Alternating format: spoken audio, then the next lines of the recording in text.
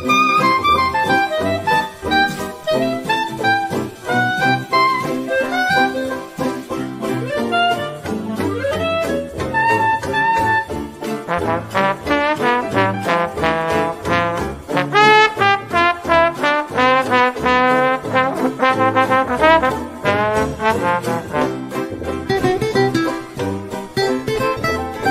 you pumped to catch the latest in sports?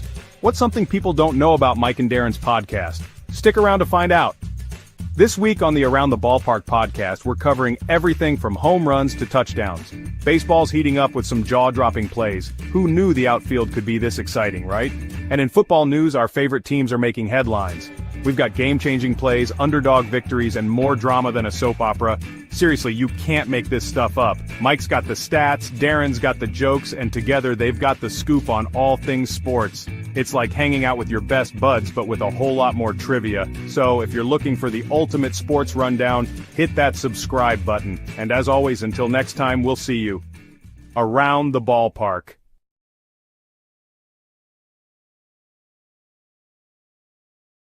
Hello, everyone, and welcome to the Around the Ballpark podcast. It is a new year, our first podcast of 2025, and just wanted to, before I introduce anyone, I know we always have a special guest that comes on, but I need to shout out all the new subscribers. Just from last week alone, we went up from 1,500. We're already at 1,594. That is awesome in 1 week, so praise God for that. And for the 11 of you, which is a new record for people jumping on right at the beginning. So awesome. Thank you guys so much. Excellent. Watching along on Facebook. So before I introduce the cast, go ahead and just hit that thumbs up button if you wouldn't mind on YouTube. It helps with algorithms and all that stuff. With that said, my name is Mike Redmond. I am your host alongside my brother, Darren Redmond. And tonight, our very special guest. Super excited for this one. I know I say super excited a lot, but I'm super, super, super excited. Our guest is the one and only Kym Kurey. Kym, how you doing tonight? I'm doing great. Thank you guys so much for having me on. You're very welcome. And go ahead and if you wouldn't mind, just tell us a little bit about yourself, and then we're going to hear a little word from our sponsor right after that. Okay, perfect. Well, Kym Kurey. I am the founder of ANEW Life International. I'm a mama and a grandma of 7, almost of 8. Woohoo! And born in New Mexico, and I've lived all over the place. Probably my longest stint was in California, but I've been in Florida, one side of the nation to the other. Probably been here about 12, 13 years now, I guess. Done a bunch of stuff, and now I'm residing in Melbourne, Florida. We're happy to have you here, and we're going to talk about some awesome stuff. But before we do, Darren, word from Nashville Tax Solutions, our partners, and Chris Bennett, who is on his way home from a big clinching playoff win today for the Tampa Bay Buccaneers. So safe travels, my friend. But Darren? Well done, Buccaneers. And hello, everybody. If you got tax troubles, Nashville Tax Solutions has got you covered. Whether you're behind on returns, you're facing a lien, or just need expert advice. New year, you want to get some advice, you want to do things right. The team is ready to help. Hear what some clients say about Chris Bennett and his team. Chris Bennett and his team has saved them from a financial nightmare. They're knowledgeable, they're clear, and they're compassionate.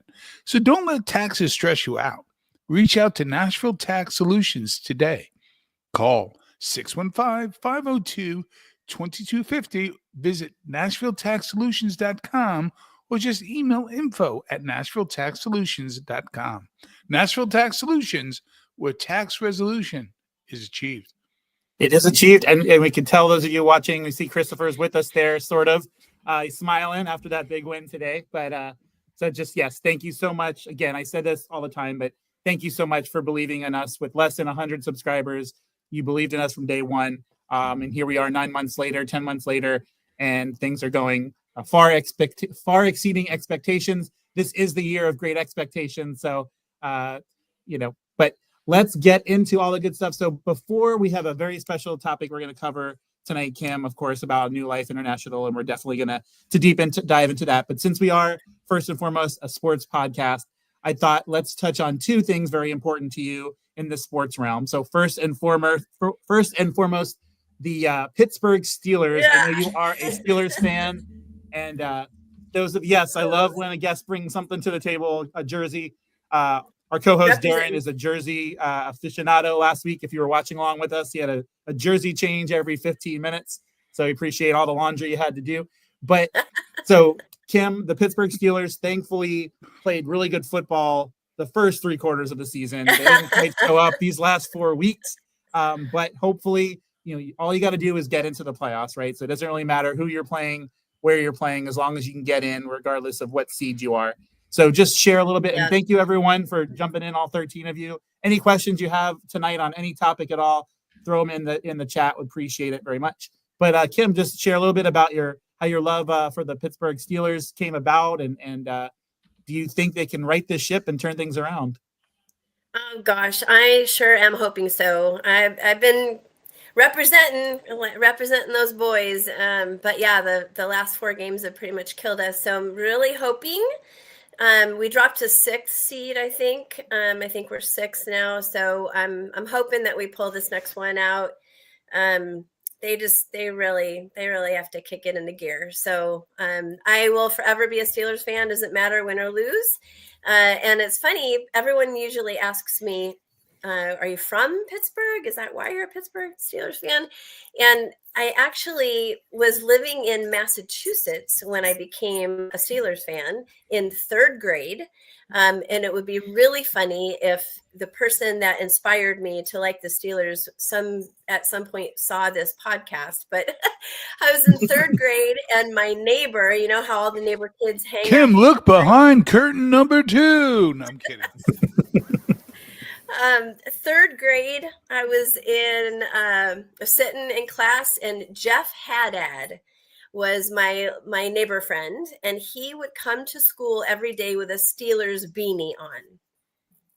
And we were buddies. So I was like, okay, I like the Steelers football team then, apparently. So that's all it took. Yep. Yeah. So since 3rd grade, I've been a Steelers fan, and thank goodness, hopefully nobody hates on me, but I'm glad he didn't wear a Raiders beanie, because that would have been a something. Would have been in a major life conflict. So Steelers forever. And I've seen several games in person, which I absolutely love, the live football games. I actually so Hines Ward is my most favorite player of all time. I think I was Mrs. Hines Ward for Halloween probably 5 years in a row. So, and he had a birthday fundraiser or something, and I flew out there because he cut everything in half for his birthday. So everything was half off, which made it a little bit more affordable. And I flew out by myself and hung out for the weekend with all the other Steelers diehard fans that flew out for the weekend. And it was super fun. They had workshops. We bowled. We all went bowling together. We had this really super cool dinner. It was amazing. It was a phenomenal once in a lifetime for me weekend with all my boys. Like, it was just great. I took this picture. I wish I could have found it for tonight, but it was me and all the defensive linemen. Nice. And you think I'm short now, just in regular life? You like put me up against all these guys, and I'm like, oh, holy cow! But it was super fun. And I've just been, I've been a Steelers fan ever since. I think the Arizona, when we had the Super Bowl against Arizona, I thought I was going to die of a heart attack until we won. But that was probably the most stressful game I've ever seen in my life. But yeah, I'm still rooting for my boys. We're in the playoffs, so let's go Steelers. Black and yellow, black and yellow. Black and yellow. Yeah, I remember. Right, shake it up. That's my sign to I remember that what I remember with the Steelers Super Bowl, that we went out to see the game, and it was at a movie theater, but they couldn't call it the Super Bowl party. So on the billboard, it was "Come watch the big game." That's all they could put. So grocery store, big game supplies. That's all it was. But yes, and they're referring to in the chat about the big. Lion. I don't think there's ever been a bigger end of season game with the Lions and Vikings tonight. Both are 14-2. And if you lose tonight, not only do you lose the 1 seed, but you're on the road going to play in Tampa Bay, I believe. So big difference. I mean, I'm sure, great teams still show up on the road, but that's a big sway, a week off or on the road week 1. So and shout out to, I grew up in Michigan, and I know my oldest daughter lives in Michigan, and she's like, the game's on tonight. So I don't know if she's toggling between this, but shout out to Laura. Hi, babe. If you guys are watching, hello. Good luck. I always appreciate our Sunday night listeners, especially during football season. Works around mine and Darren's schedule. So we appreciate you. Even if you pop in for a minute and have to go watch the game, we still appreciate you jumping in. And Darren, before we chat on the next thing, Kym mentioned about attending some Steeler games. What's the difference when you attend a game of your team, but on the road? Like, I've done the bus trip where it's like all fans of the other team and you feel like you just want to hide in the corner. But what's your experience like have you been to a stadium where you're playing a team in whatever sport where you feel like, I don't know if it's safe in here. There's a lot of rambunctious people. Because I know in Boston, it was not like that at all. Boston is great. But these paradigms that people have about what's a safe environment for a visitor to go to is just really skewed. I mean, no disrespect to people, but I lived also in California. I lived there for 16 years. And I went to see the Jets play in Oakland. And originally people go, oh my God. Now, granted, you had a little boisterous, but they were fine. Just don't be a knucklehead. Don't stand up and go, you suck. That's not going to help anybody. But you know who's really makes you feel weird? 49er fans are just really just, they're nice people but put them in that environment and they're just yelling and screaming like, what happened? Why are you so angry? What? Stop! It's football. It's a game. Yeah, it's a game. You're rooting for laundry. These people you'll never meet. just what? Oh, passionate man. No, you're not. You're trying to prove you're a tough guy, and you're not. Right now, you're sounding like you're 5. And you know what? I would say Dodger fans too, but I got to tell you, Dodger fans, they might get 3 million people to a baseball game, but they don't get there to the 4th inning. They leave in the 6th. They're usually not there. They got a Dodger dog and they go home. That's it. And with the fan bases too, like the rest of the players, they go home happy. They're still going home to their house, to their family sometimes, or we're the only ones, or when I say we're, but they're the only ones really upset are the diehards, the players themselves that lost the game. They're still living their best life. They're appreciative of what they're doing. It's the job. Yeah, it's their job. And they're hugging each other on the field. I love that. It's interesting that you asked that question because for 2 years in a row, the last game of the season for the Steelers is against the Browns. So we would drive down, my youngest daughter and I would drive down to Cleveland because the tickets are way cheaper at Brown Stadium. So we would go there. It's bitter, bitter cold. But honestly, the fans were terrible. And I'm sorry, no disrespect to the decent Browns fans, but the ones that we encountered, they had T-shirts flipping you off as you walk in, and they were, when Ben got taken off the field, they were all cheering. It was heartbreaking to see. Just the fandom there was super disappointing. But a kind of a cool highlight of one of our times there is we're all Steelered out, right? I've got all my garb on and we go get hot dogs and I'm standing at where you get the mustard and ketchup and do your dogs up and stuff.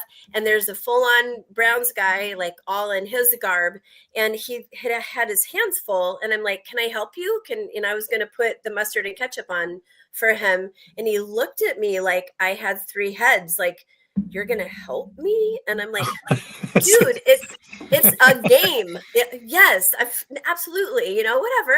And I won't mention names, but I have a Packers friend, very close friend, and they won't even put a Steelers blanket on them if they're cold. Like it's like no, like it's Packers Taboo. or nothing. It's just so funny. I love it. That is so funny.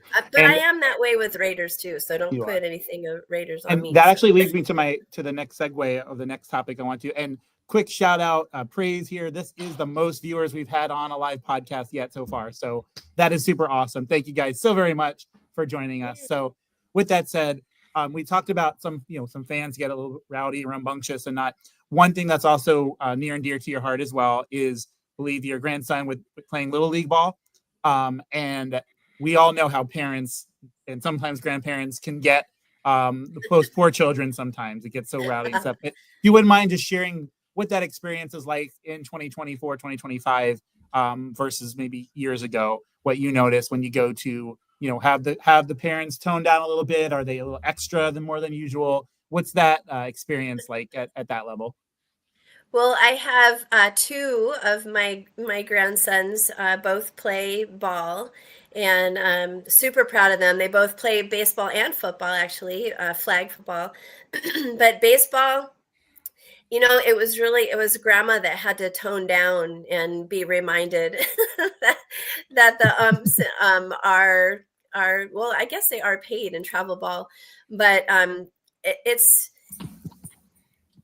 we got a couple of grandparents got booted. A couple of parents have gotten booted in my experience. But it's super fun. I'm so proud of my boys. I'm a football girl, right? So I didn't know a whole lot about baseball and all the rules and stuff. So it's been super fun for me to learn. Their dad's their coach. So it's really neat being able to see behind the scenes and watch them being coached and how they respond with different coaches. It's super frustrating when umps are clearly for the other team or whichever team. And it's really sad to me when some parents out there live vicariously through their kids and forget that it's a game and forget that the kids are just stinking kids, just let them go have fun. Push them right to their best, because I truly believe my boys are going to be in MLB for sure. I'm counting on that for them, and that's super fun. But just let them have fun. And when the umps are calling bad calls and the coaches are encouraging their kids to cheat, it's just like, gosh, you guys. But it's really fun though, and I love it when they get to play in the big stadium at is it US AAA? US, yeah, Viera. I think Space Coast Stadium. Yeah. And then they were when they travel, they get to play in some of the bigger stadiums too. So that's just really fun. So I have, and our whole family shows up for the boys, and for the big boys, my little guy is the bat boy, but he actually he practices with the big guys, so it's just really fun to be a part of. Yeah, and Darren, I think you could attest to that too. When a lot of the time, especially at the younger level, the Pee Wee level and under 10 years old play. Yes, they want to do well on the field. Yes, they want to win. But all that really matters is that they have someone in the stands cheering them on. That means 1,000 times more than getting on base. Obviously, no one wants to go winless in the season. Nobody wants to strike out. But at the end of the day, that the game's results is not going to be in the Florida Today or the New York Post. All that's going to matter is they're going to have that lifelong memories. Like, hey, so and so was there when I played at this level, and that's really all that matters. So, as you know, I coached Division I softball, collegiate softball. I coached Division III football. I was the head of hockey operations for a junior hockey team that was very successful, went to nationals many, many times. I will tell you this, and you take this to the house. Kids usually do not quit a sport because they're bored with it. Many times they quit because of the coach, but most of the times they quit because of their parents. That's just the truth. And if I can give anybody some really sage advice, win or lose, when you drive your child home, don't talk about the game. Don't let them read you, but just bring a poker face. Because your thoughts about what they could have did better, this or that, is just you being disappointed in your child. You can dress it up any other way that you want. But the key things is just leave them alone. Take them for ice cream, him or her. Take her wherever she wants to go, movie, whatever the case may be, or just don't talk about it at all. Or if they start the woe is me stuff, you know what to do. Just change the subject. Don't go, I don't want to talk about that right now, and get all angry. Well, how could you not hustle? It's cold out there, and I am paying $500. You made the choice to pay that money, not the kid. Shut up. I'm sorry. I feel that. I feel that much, that deeply about it, because I've seen some real kids who quit sports way too young because their parents meant well. Yeah, That's good. That's good. And I want to now, we could sit here and talk sports all night, but I definitely want to tap into a little bit here next to talk about A New Life International. And Kym, the floor is yours here. For those that are watching that may not know about A New Life International, or maybe they do a little bit, and there's always more we can learn. So I'm definitely interested. If you can just kind of introduce what is done in A New Life International, a little backstory there, and then Darren, feel free to jump in as well. Okay, awesome. Would you mind if I tagged a little bit more on the baseball, just really quick? Oh, of course. Yeah, go ahead. Or I don't mind. Yeah. So there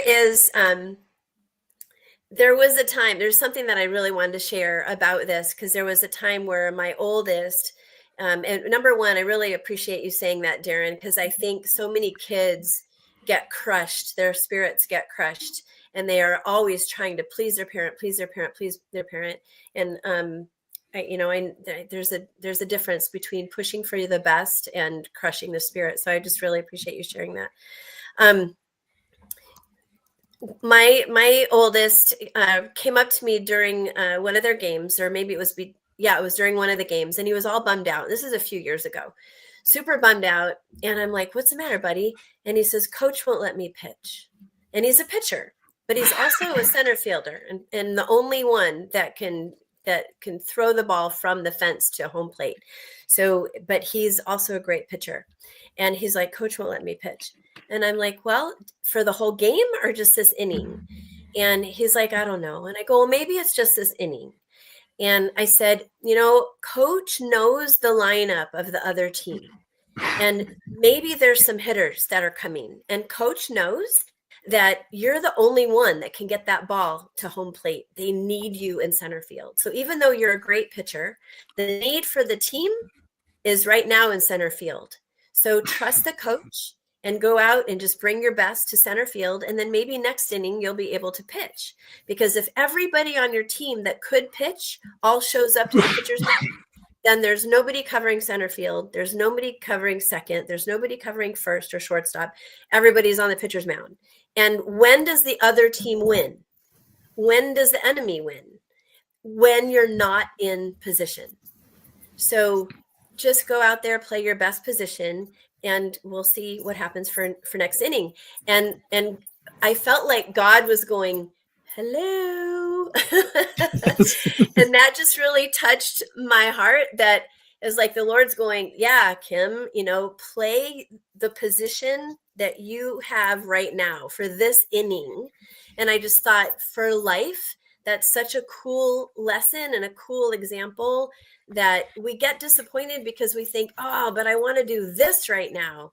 But maybe your best place on the team, so that the whole team wins, is this, something else that you do. So anyway, I felt like I just wanted to share that with folks, that my grandson inspired just a really cool life lesson for me. That's great.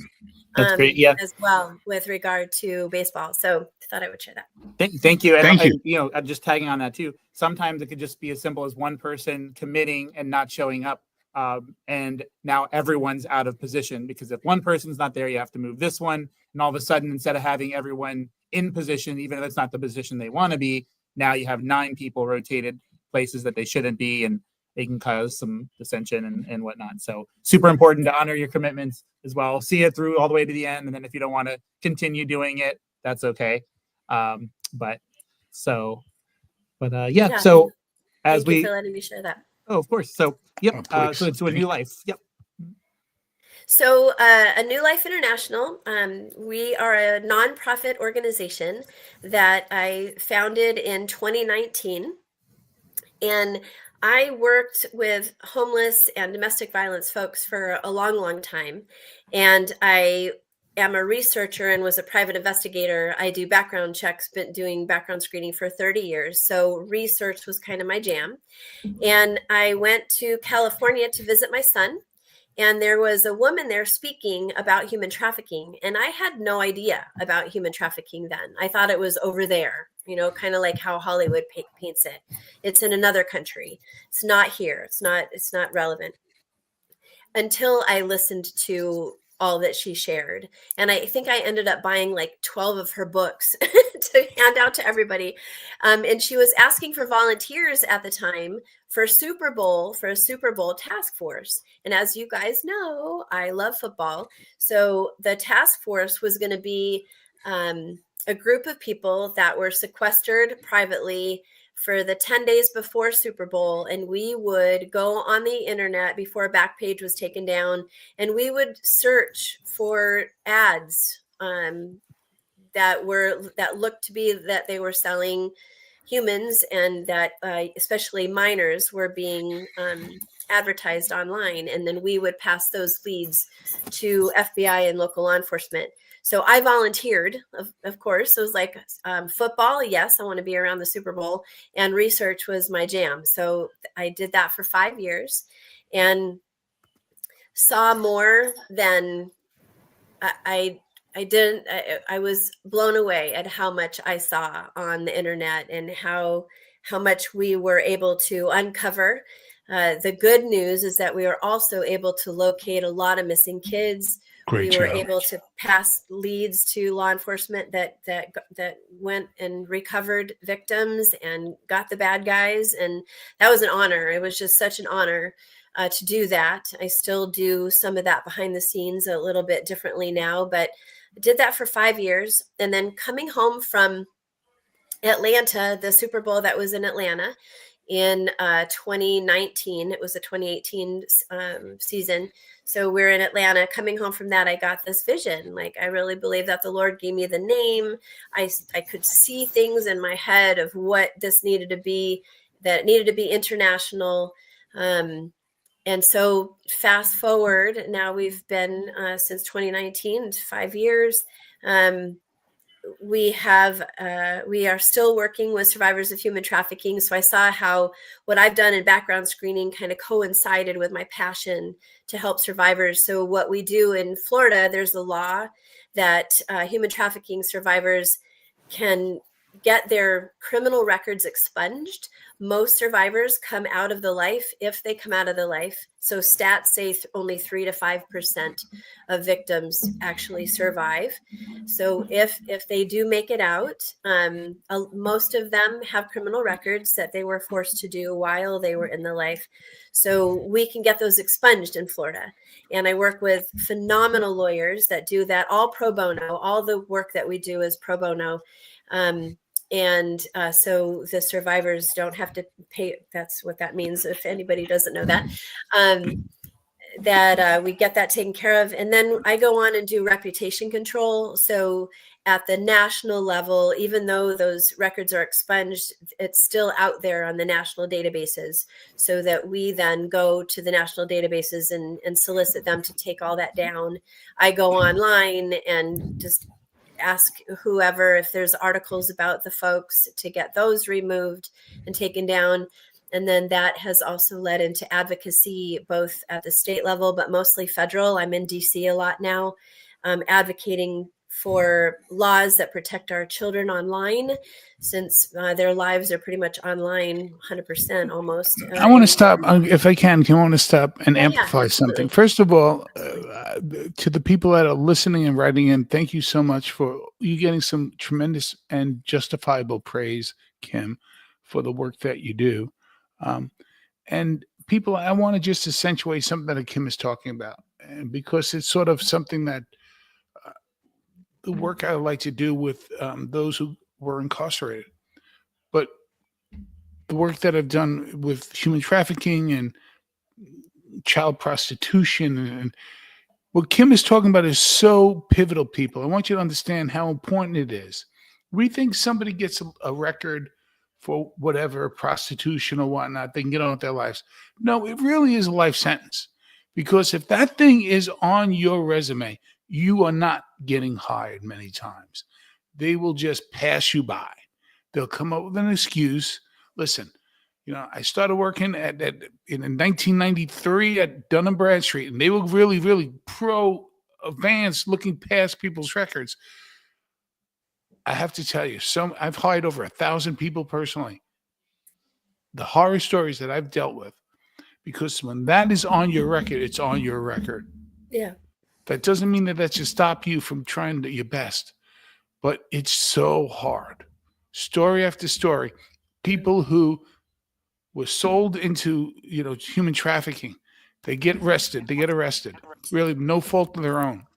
They go through the system, and they're trying to turn their life around. And it's there. And the reputation management, right? We do that for businesses all the time, Kym. Thank you for doing that as well. I'm sorry. I just felt the need to say that if you want to amplify that. I mean, No, it's so I love important. that. I appreciate that. No, I really appreciate that. And another thing that happens too, if they're not hired, maybe they're re-exploited, and that's with employment and places to live. Unfortunately, people take advantage of vulnerable people, and you've got so many perpetrators out there, complicit folks out there. It's just, it is super hard, Darren. And so recidivism is super high.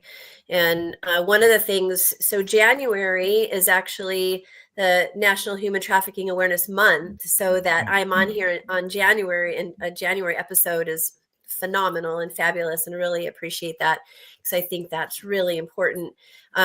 We'll be getting a proclamation in a couple of weeks from Palm Bay. So I'm very grateful for Council and Mayor Medina for recognizing that. But the recidivism is astronomical. Survivors need support. Not only do they need to be recognized as victims and survivors and not criminals. Like I could talk about so many things, from prevention to how they're treated. Stop arresting them and stop giving them a criminal record, so there's got to be more we can do with that. And then the demand, if there were no buyers, there would be no trafficking. So it's education for that as well. And it's not just men, it's men, women, it's family members. There's so much online. There's so many things happening on your kids' cell phones. There's a lot of things that are happening that having those hard conversations, super important to have with your kids, so that they're aware of, don't let them answer friend requests or become friends with people they've never met. If they don't know them in person, don't give out their ages, don't give out their addresses, don't give out how old they are, what team they play on, what school they go to, etc. You just have a lot of stuff that's happening online, and I could go on for hours of education, and I can come and speak anywhere to help our kids be safe online. But just sorry. Please. Because sorry. Another layer of paint. I mean, I'll just show a picture quick. And it's okay, because this person's been on my podcast a couple times. And she has a wonderful book, Dawn Tyree. I don't know if you're familiar with her work with child brides and with human trafficking. This stuff you probably can't really see. It's kind of blurred. But, okay, this is a 5th grade photo. Okay. By the time she went into 6th grade, she was married to a man who was 35 years old. Yeah. Now, here's the amazing thing. There was nothing illegal about the marriage. You're able to marry a child. So you traffic this child, this person, and you can marry them. And it's legal. Yeah. It was legal in the state of California. Now, here's the funny thing to what Kym's talking about. Funny, and I use that as a disgusting word. So now you're married legally at 13, 14 years old. You're having your second child. And you finally get away at 15 and you could get emancipated or divorced. Now you can't get an apartment. You have 2 kids. Why? Because you're too young. And think about the law, people. You Yeah. could get married at 13. You finally get people like Kym who get you out. Now you're 15, But then 16, what? you're working. You can't get an apartment. Yeah. And you're hitting on such a huge thing, because the then what is what kills me is, Yep.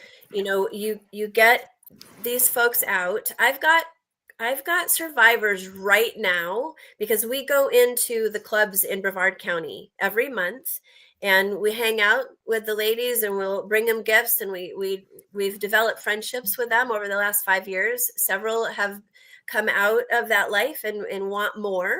And it's wonderful and amazing. So that's something that we do. But I've got people right now that if they could get out, they would. But just like your story of the 15-year-old and the laws that prohibit them from being able to rent something because they're not old enough, you've got folks either underage or adults that now what, if they were to come out of the life, there's no housing. There's no beds that are available for survivors of trafficking in Brevard County. We have 3, there's a 4th one coming that are legitimate, I should say. So we've got 3 homes right now that are housing, that are full. So they're already being taken up. And we've got waiting lists of some people that are legitimately working with survivors, and they're wonderful and they're amazing. I work with several organizations throughout Florida and some phenomenal people, some phenomenal feet on the ground that are partnering. We all partner together to do this. And then there's some bad eggs out there too. There's some bad players. But we have such a need for then what? We need housing. We need. I love that you put it that way. That then what? Please continue. But I love that because that's the key. It is absolutely key, because if you want to stop the recidivism, if they don't have a place to go, they're going right back to the street. Okay, I'm going to give a stat that's going to be yucky, and I hope no kids are. I don't know if kids are watching. How do I nicely say this? The victims right now are being hurt. I'll put it nicely if you guys can imagine what I'm really trying to say. 20 times a day. Yep. This is their life every single day. And what are we doing? I want them out. There's no such thing as, I know you use the term child prostitution. Child prostitution is actually trafficking. Yes, that's exactly what it is. Any person under 18 years old, it's considered trafficking by the federal definition. As an adult, it's any force, fraud, or coercion. But the then what is getting me. So I work a lot with prevention and reducing the vulnerability of kids, because if kids know to not, answer friend requests or just say no online, then absolutely phenomenal. Parents, grandparents, families, you can help your children by loving them, hearing them, seeing them. Let them know they're heard and seen, and they will be less likely to attach to these people online. May I bring up something else, Kym? I'm sorry. No, because please. you can tell I'm passionate about this. Yeah, I love that. I'm so glad. Remember what we talked about, and I'm sorry if I'm going to get emotional. Remember what we talked about a couple of minutes ago with sports parents about, be quiet in the car, after the game, don't live through them. Yeah. In a lot of ways, people, please, I know you want to preach and teach to your child, but always give your child the grace of being able to call you at any time and just say, Yeah. pick me up, and leave your lecture at home. It saves lives. It does save lives. We have thanks for making me cry, Darren. we have teenage suicide on the rise exponentially. Kids are taking their lives. Why? Because they don't have safe adults to talk to. Yep. They get caught up in, if they feel like they're disappointing their parents, if they made a wrong mistake, if they screwed up, whether it's sports or online or whatever, they're so afraid of the repercussions from their parents that they're taking their lives. Yep. So I echo your sentiment for sure. Just be that safe adult. Be that adult that I remember giving my daughter 15 minutes of amnesty. And so I would tell her if there was a situation like you're sitting your butt down and you're telling me what happened. Mm-hmm. And I'm going to give you 15 minutes of amnesty. You tell me the truth, and the discipline or punishment is going to be way less because I will find out the truth. Mm-hmm.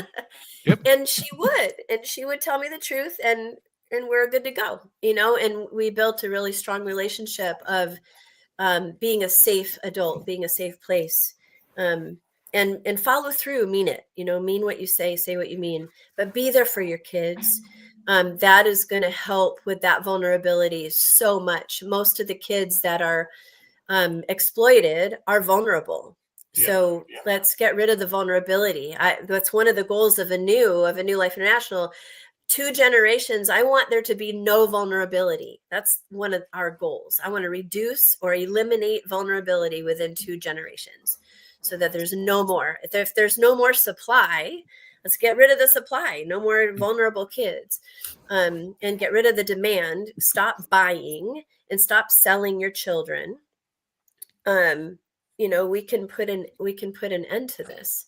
But back to the immediate need, though, we need housing. We need a place for these folks to go.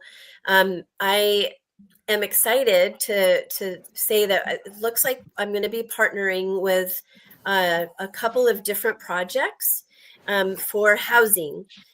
So we are raising money and for those projects, or if you have in-kind services and you want to be a part of providing housing for our folks, please contact me.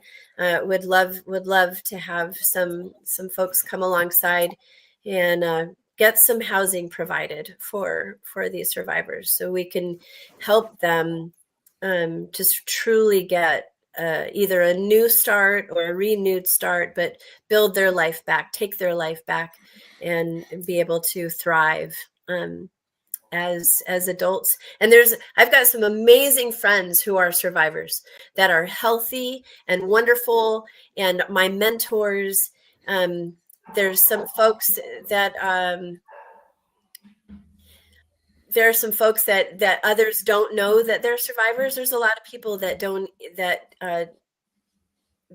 disclose that they were survivors, that to others that are in my life, that are amazing humans, and are doing phenomenal work. And there's a lot of people that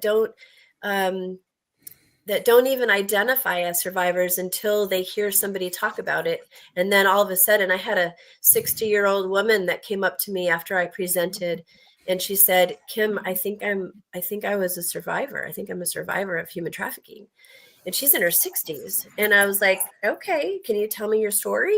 You feel comfortable with that?" And she did. And I just looked at her, I was crying, and I just hugged her. And I said, yeah, you were, and just so proud of her and all that she's done to live her life despite what happened to her as a kid. And, So and Michael, I'm sorry to keep talking, but real quick, No, Kim, you're giving us gold here because it's so needed. And you brought up a wonderful point, and I want to tell small and medium-sized business owners and people who hire, when you come out of being trafficked and you turn that life around, do you think that your sales quota is going to get that person down? They know what it means to really not be able to eat. They know what it means to have to make a choice between being forced to sell their body or, God forbid, their child having to sell their body. That really happens. And it's not just women, boys, men. correct. And these people, when they find good housing, and we help them find good housing, and they're able to find work, they will bust their butt to work.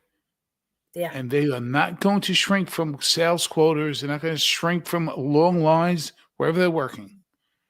This is an underused asset, helping people change their lives for the better. Give them a shot. Give them a shot. Selfishly, you will not be disappointed in what they bring to you by just giving them a shot for you to make money. Amen. And Kym, you mentioned if anyone was interested, and I have the website up there on the bottom, but is there where are some other places that they could find you, maybe on social media or email, that they can reach out to you? Oh, thank you. Yes. So ANEW Life International is on Facebook. We're also on Instagram. I do have a resource center in Melbourne. We have a physical location. It's at 1555 North Harbor City Boulevard. So that's ANEW's, and that has its own page also on Facebook. And I try to post our hours. I definitely need volunteers. So if I'll post hours because they fluctuate. So I would love for you guys to come stop by and see us there. But you can find us on Facebook. My email, if you can remember, info. So info at anewinternational.org is how you can get me. That's also our Zelle. So if you want to send me a few $1 million to get this housing project going, you can Zelle me at info@anewinternational.org. So lots of ways to support us.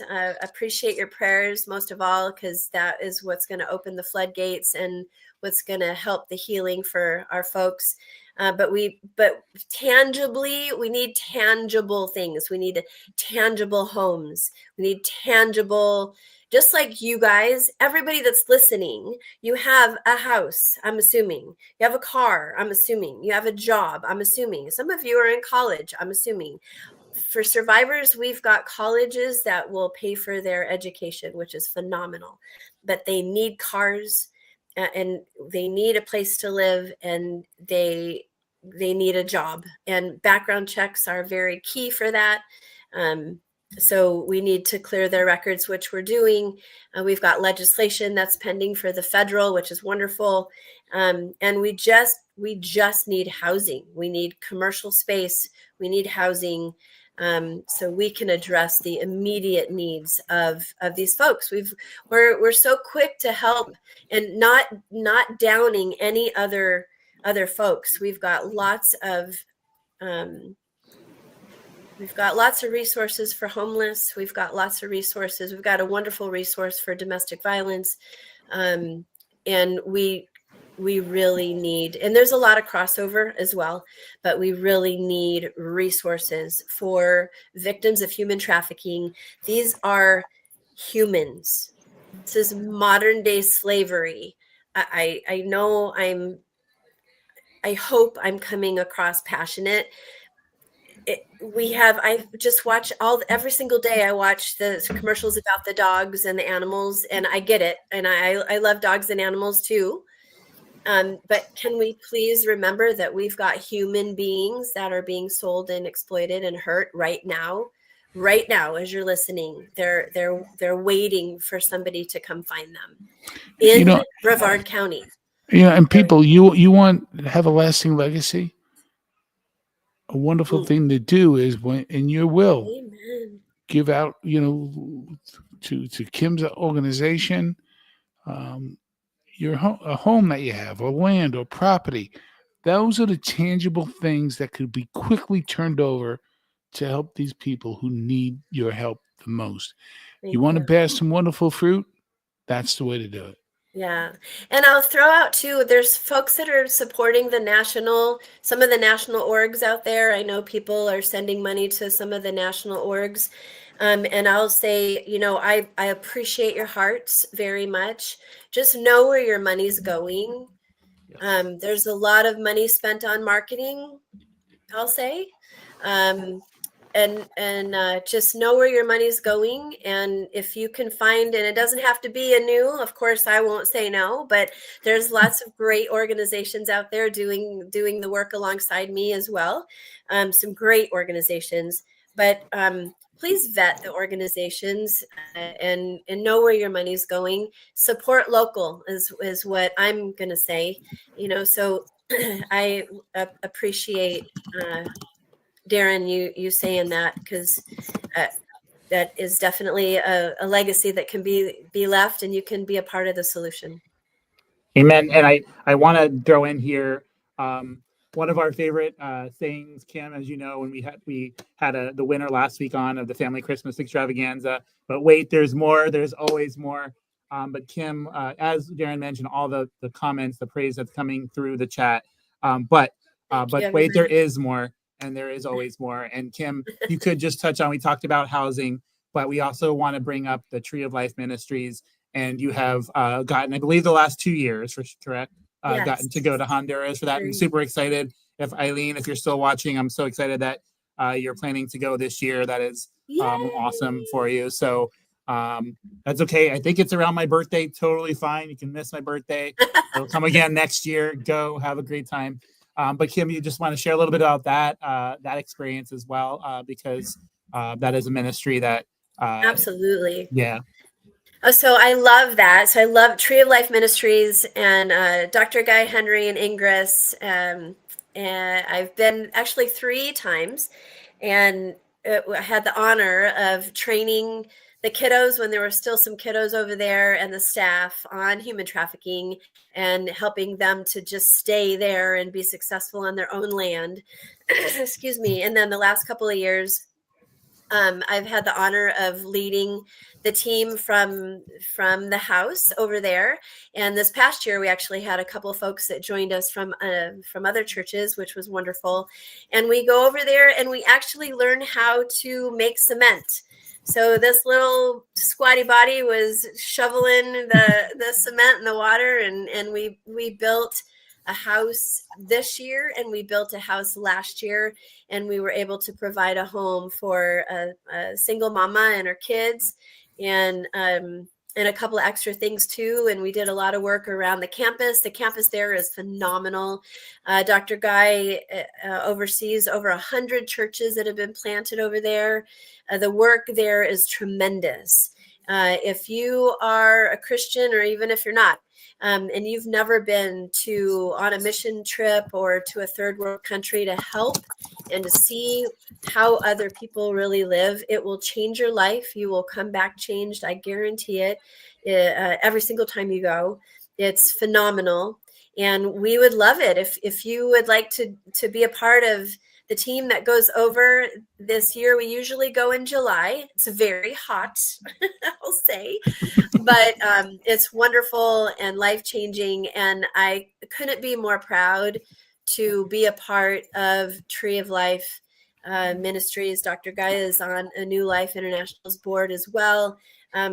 Some of my closest friends, I love them with all of my heart, and they're definitely a legitimate ministry. If your heart is for supporting missions and something pinged you for Honduras, please support Tree of Life Ministries. They're phenomenal. And come with us on a mission trip. So we would love to have you join us. And I really do feel, you mentioned about, the tug on the heart.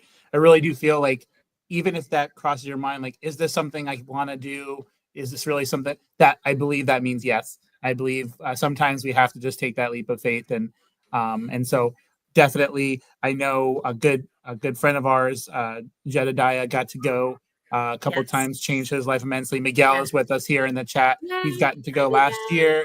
I saw Dr. Guy Henry was in the chat for most of the night as well. So if you're here still, shoot us a thumbs up. But such an awesome and just getting to hear. We got to hear a little bit of that experience from Jedediah at Man Cave, but just a small sample size. It's nothing like being boots on the ground, I'm sure. So he was phenomenal. Jetty was such a blast. I got to ride in the back of and so I would choose to ride in the back of the truck all the time because I can't do that here. So I'm sure that we're having quite the laugh having grandma in the back of the truck, but I love it and had such a fun time with Jetty. And Miguel is a beast. Miguel, you're amazing. Just your heart. I've just have your heart blows me away. I'm so touched by who you are as a person, and the whole team, like everyone on the team is just phenomenal. So I'm excited to have you guys join us too. So yay. Yeah. And one thing I got to say here about Miguel is he's someone, unfortunately, sometimes we get into the everyday and sometimes I don't always get to see him on a Sunday. I'm in my world over here and everybody's over there, or just life gets in the way of the holidays. But I don't know if there's anyone else on the planet that can walk into a room and you can have any kind of baggage weighing you down, any kind of just anything. And just seeing his presence, that smile, that's not just a hug. It really means a lot. And I always usually go in for a second one. He knows what I'm talking about. But truly, I say this, not just because you're in the chat. I truly feel if it doesn't get said enough to you, Miguel, we appreciate everything, your presence, just your heart and your smile more than you can ever know. So I just wanted to share that with you. God placed that on my heart. So, and Darren, I wanted to just, before we close this thing down, if you wouldn't mind just sharing a little bit, if that's okay with you, about, I know it's not exactly what Kym does, but if you wouldn't mind sharing just a little bit about what you do on a day-to-day or what you can share, at least. Yes, and I definitely will do that, what I do now, sure. But Kym, I want to, for those out there who might want to emulate what you do, how do you gain the trust of some people that really have put up walls of protection? And they're first they're going to tell you junk or whatever the case may be. How do you break those walls down? Yeah. I know the way I do it, and that's by not saying the word, just listening and being present. Talk a little bit about that. And then to Mike's point, I'd love to talk about what I do. Okay. Yeah, that's a great question. I think listening is super important, just like you said, and showing up genuine, like not viewing a human as a project. They're not a project. Yep. They're a human, and they're going to see right through you. So I love being around survivors. I want to take survivors with me when I'm interviewing people or when I'm going to a safe house or something, because they're gonna read your mail in 2 seconds. They know, and just being present, like you said, listening, being someone that's and just genuine, like the ladies that we work with, the folks that I work with, even the guys, and I've got a couple homeless guys, just being real, just being genuine, just throw the fake away, just throw the religiosity away, throw the preconceived ideas and notions away, and just show up real and genuine. I know I'm saying a lot. I think to me, it's just that they see it. They know when you have a genuine passion to help and love them. Just bring Christ's love. Just show up with love, and they'll see it. They know it. They feel it. I love the fact that you mentioned your ums. Lean into no, seriously, lean into the Lean into the I'll tell you why, because that's authentic. we say when we're trying to think what we want to talk about. We want to use the right words. Thank you for the Bring your grace. authenticity, right? Bring your authenticity. And that's And the key.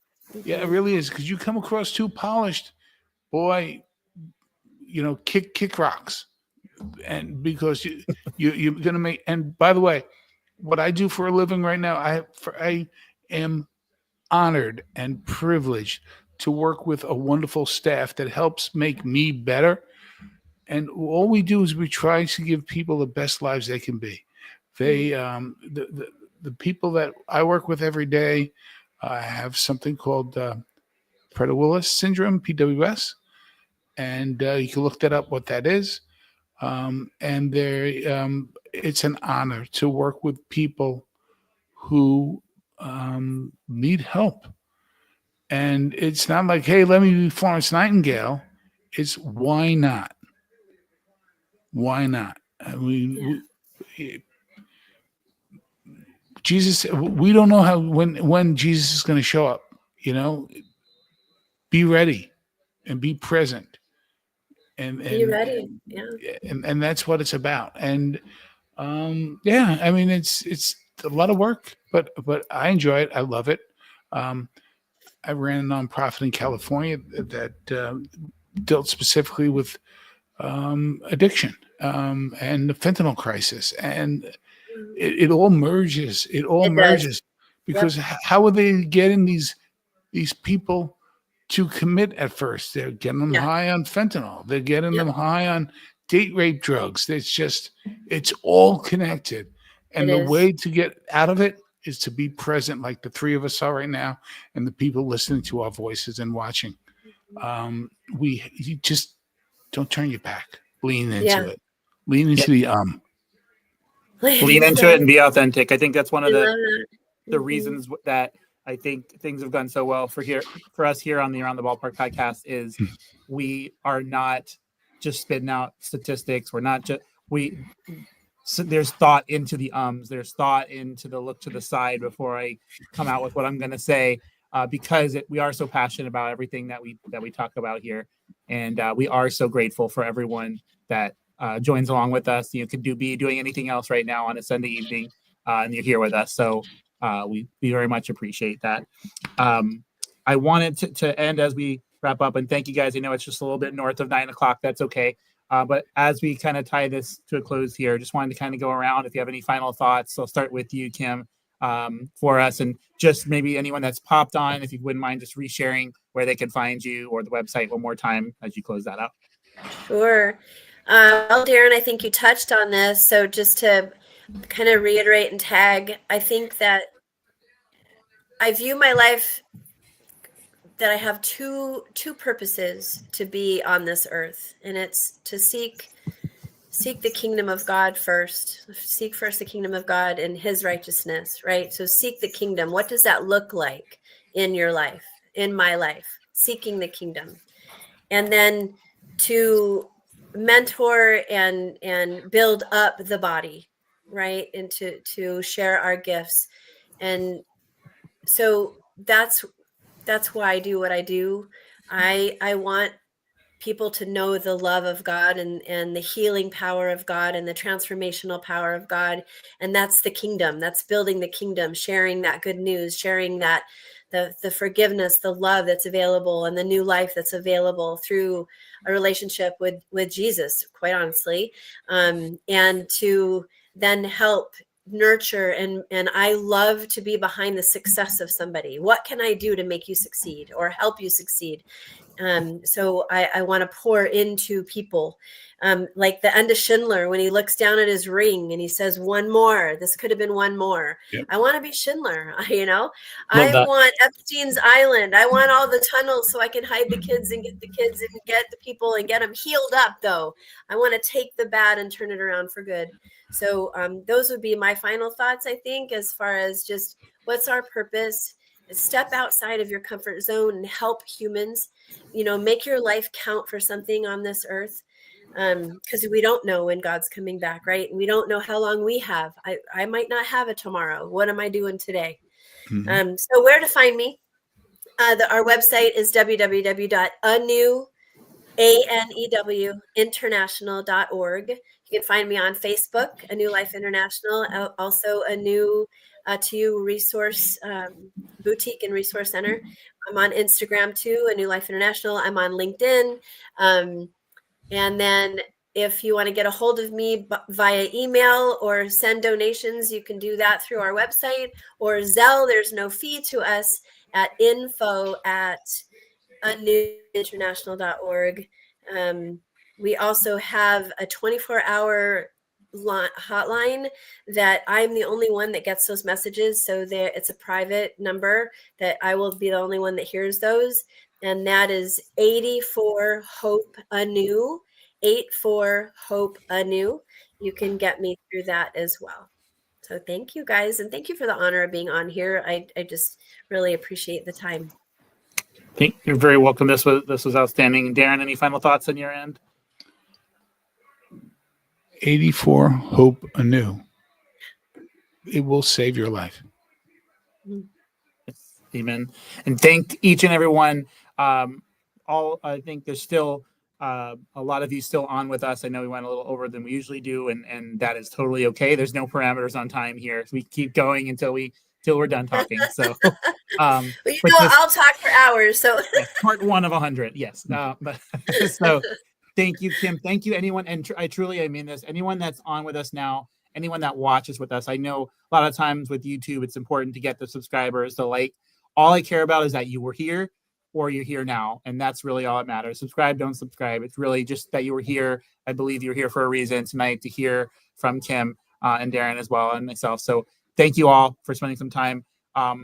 Again, tomorrow, just a plug for tomorrow night is the big first night of the new. I'm so happy for you. You guys are going to rock it. Yes, it's going to be so much fun. Even if professional wrestling is not your thing, that's okay. Just hang out with us anyway. But myself and Tevin Powell will be live tomorrow night in the same arena, basically, and we'll be covering the debut episode of Monday Night Raw on Netflix. Super excited, believing this is I believe it was a 10-year, $5 billion deal that WWE made to get on Netflix.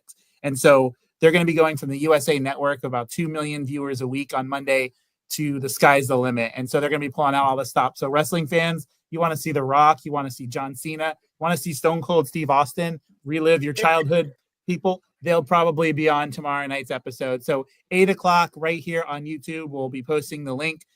You'll be able to watch. Now, you won't be able to watch the show on our podcast because that's frowned upon. But you can actually watch along with us. Put your TV to the side, watch along with us for our commentary. There's really, and what I love about it is there's no prepping really for it because we don't know what's going to air. So it's going to be real time. So be with us in the comments, comment along. Unfortunately, wrestling is still not real. It is fake, but it's a good time. And so thank you. Should I plug Devon? Should I plug Devon in there too? Yes, why not? Why not? So we're starting a podcast, I'm starting a podcast as well. So I'm going to I need you guys' wisdom as I do this, but Devon's going to be one of my guests. So Mike, maybe I'll have both of you on at the same time because I know you're a huge wrestling fan, obviously. So and I appreciated that you got to. I think it was 2 extravaganzas ago. You let me know that he was there, and I got to sit next to him at in the bleachers for a little bit. And I know those of you that know who Devon Dudley is, he is. I'm sure the one thing he probably doesn't want to hear anymore is Devon get the tables. Like that's his big motto for years in the wrestling world.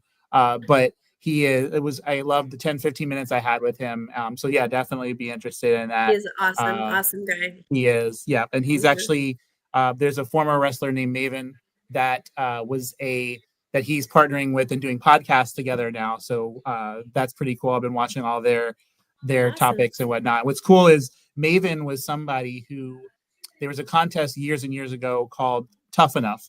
And this was, hey, we're going to give $1 million in a 1-year contract to the person that can come on here that has a dream to be a professional wrestler, puts in all the work. And he was a former school teacher, went for it, got the job, got hired, became a professional wrestler for almost 7 years in WWE. And at first, Devon was one of the ones that did not get along with him too well. Who is this guy coming out of the classroom? I've been putting 10, 15 years on the indies. This guy walking in, getting a job, but he put the time in, and now they're the best of friends and collaborating together. So that's awesome. Yeah, that is awesome. So, and we'll be live, Darren, of course, and myself next Sunday. We'll be announcing midweek who that guest is going to be. But with that said, again, thank you, everybody. Thank you, Kym, Darren, anyone that's watching after the fact. And until next time, everybody, we'll see you around the ballpark.